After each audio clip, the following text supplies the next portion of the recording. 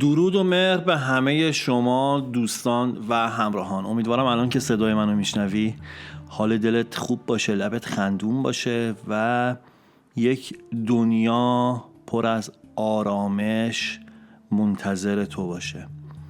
بدون معطلی، بدون فوت وقت میریم سراغ پیام امروز تا ببینیم امروز کائنات در قامت کلام حافظ چجوری میخواد ما رو راهنمایی کنه. من چند ثانیه سکوت میکنم تا تو فرصت داشته باشی که تمرکز کنی، تصور کنی هر آنچه که در انتظار به دست آوردنش هستی.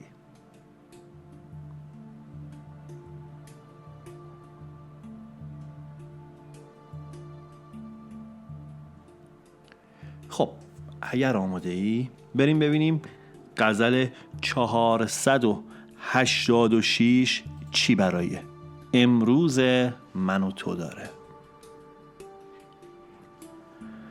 بلبل ز شاخ سرو به گلبانگ پهلوی میخواند دوش درس مقامات معنوی. یعنی بیا که آتش موسی نمود گل تا از درخت نکته توحید بشنوی.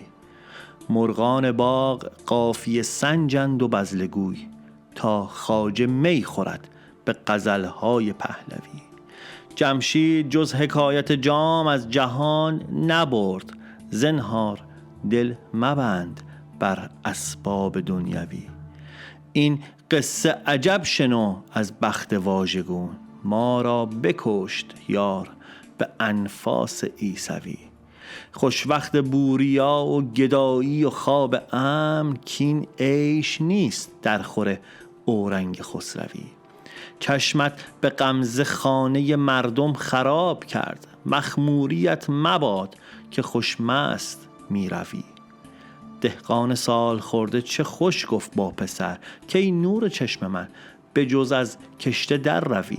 ساقی مگر وظیفه حافظ زیاده داد، کاشفته گشت طره دستار مولوی. بریم با هم یه نگاهی به تاریخچه این غزل بندازیم قبل از اینکه بخوایم پیام کلیشو با هم مرور کنیم.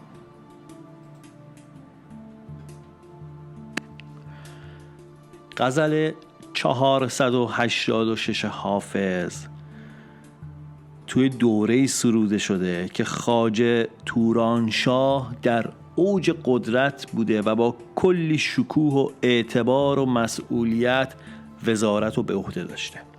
این غزل در اصل یه جور تبریک و خوشامدگوییه.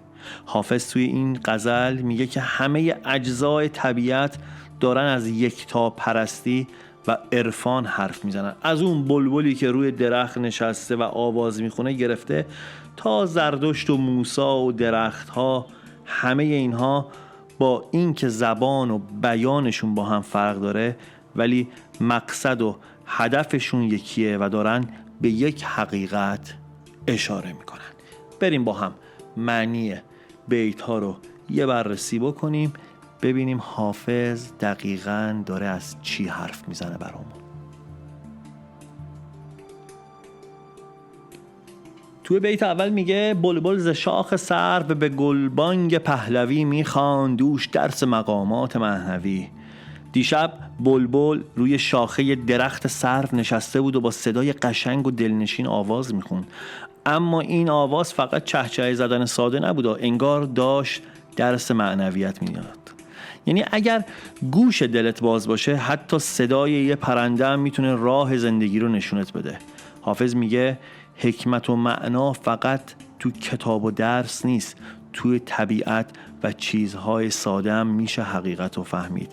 فقط باید بلد باشی که چجوری گوش بدی. یعنی بیا که آتش موسی نمود گل تا از درخت نکته توحید بشنوی. حافظ میگه نه ترس و بیا و جلو. حقیقت ترسناک نیست. اون آتشی که موسی دید در واقع آتش نبوده، پر از زیبایی و نور بوده. خیلی وقتا ما از چیزایی میترسیم که اگر نزدیکشون بشیم میبینیم قشنگ هم هستن. از همون درخت ساده هم میتونی حرفهای عمیق خداشناسی رو بشنوی اگر گوش دلت باز باشه. مرغان باغ قافیه سنجند و بزلگو، تا خواجه می خورد به غزلهای پهلوی. حافظ میگه وقتی من نشستم و شعر میگم و حالم خوبه، حتی پرنده های باغ هم انگار شاعر میشن و با هم شوخی میکنن. یعنی حال خوب آدم روی اطرافش اثر میذاره. وقتی دلت خوش باشه دنیا هم باهات راه میاد. غم که بره کنار، زندگی خودش شروع میکنه به خوب خوندن. برای اینه که تو اگر حال دلت خوب باشه، دور و برت با تو هم فرکانس میشه و همه چی خوب جور در میاد. جمشید جز حکایت جام از جهان نبرد، زنهار دل مبند بر اسباب دنیوی. حافظ انقدر راحت و دلنشین و صاف و ساده و کامل به من و تو داره میگه که حتی جمشید، اون پادشاه افسانه‌ای هم از این دنیا هیچی با خودش نبرد جز یه اسم و رسم و داستان. پس تو هم خیلی به پول و مقام دل نبند. این چیزا موندگار نیست و یه روز تموم میشن. چیزی که میمونه رفتار و رد پاییه که از تو به جا میمونه. این قصه عجب شنو از بخت واژگون، ما را بکش یار به انفاس عیسوی. میگه میخوام برات یه داستان عجیب از شانس بد بگم. میگه کسی که دوستش داشتیم و بهش دل بسته بودیم، با نفسهایی که انگار جون میده منو گذاشت و رفت و من از پا در اومدم. یعنی همون آدمی که میتونه حال دلتو خوب کنه، میتونه بد جور هم داغونت کنه. اگر هدفی تو زندگی داری، همون جوری که میتونه خیلی باعث حال خوب دلتو بشه، میتونه بعضی موقع تو رو از مسیر اصلی زندگی هم دور کنه. خوشوقت بوریا و گدایی و خواب امن، کین عیش نیست در خوره اورنگ خسروی.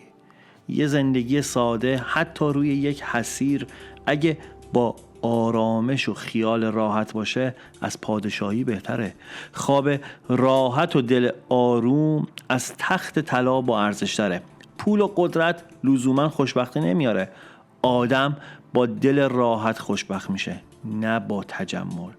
چشمت به غمزه خانه مردم خراب کرد، مخموریت مباد که خوشمست میروی. با یک نگاهت دل کلی آدمو بردی و خراب کردی. اونقدر جذاب و دلبرانه‌ای که هیچ کس جلو اون شکوه و جلای تو دوام نمیاره. مستی نگاهت از شراب هم بدتره. با این حال خیلی آروم و بیخیال راه میری، انگار نه انگار که دل کسی رو با خودت بردی. ساقی مگر وظیفه حافظ زیاد داد، کاشفته گشت طره دستار مولوی. حافظ میگه انگار ساقی بیش از حد به من شراب داده، چون شور و مستی شعر کار رو به جایی رسونده که حتی مولوی بزرگ هم دستارش به هم ریخته. یعنی عشق و حال شعر عقل و حساب رو کنار میزنه. وقتی پای عشق وسط باشه همه بیقرار میشن. پیام کلی این غزل داره بهت میگه که تو یک مقطع مهم از زندگی هستی، جایی که هم تجربه جمع کردی، هم دیدت نسبت به خیلی چیزها عمیق‌تر شده. اتفاقها و آدم‌هایی که این روزا سر راهت قرار میگیرن تصادفی نیست. هر کدوم یه جور دارن بهت چیزی رو یاد میدن. حافظ تأکید میکنه که حقیقت فقط توی حرفای رسمی و کتاب‌ها یا آدم‌های خاص نیست. گاهی توی ساده ترین نشونه ها، حرف‌ها و حتی سکوت ها میتونی جواب سوالات رو پیدا کنی، به شرطی که حواست جمع باشه و با ذهن باز نگاه کنی.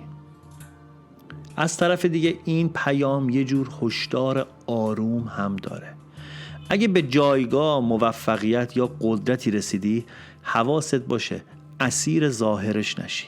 قرار نیست مقام یا موقعیت فاصله‌ای بین تو و بقیه بندازه یا باعث بشه اصل خودت رو فراموش کنی. حافظ میگه ارزش واقعی آدم به درک، انصاف و صداقتشه، نه به چیزهایی که یه روز هستن و یه روز نیست. هرچی جایگاهت بالاتر میره مسئولیتت هم سنگین تر میشه. این پیام دعوتت میکنه به آرامش، تعادل و فهم عمیق‌تر زندگی. میگه عجله نکن برای نتیجه گرفتن، بذار مسیر طبیعی جلو بره.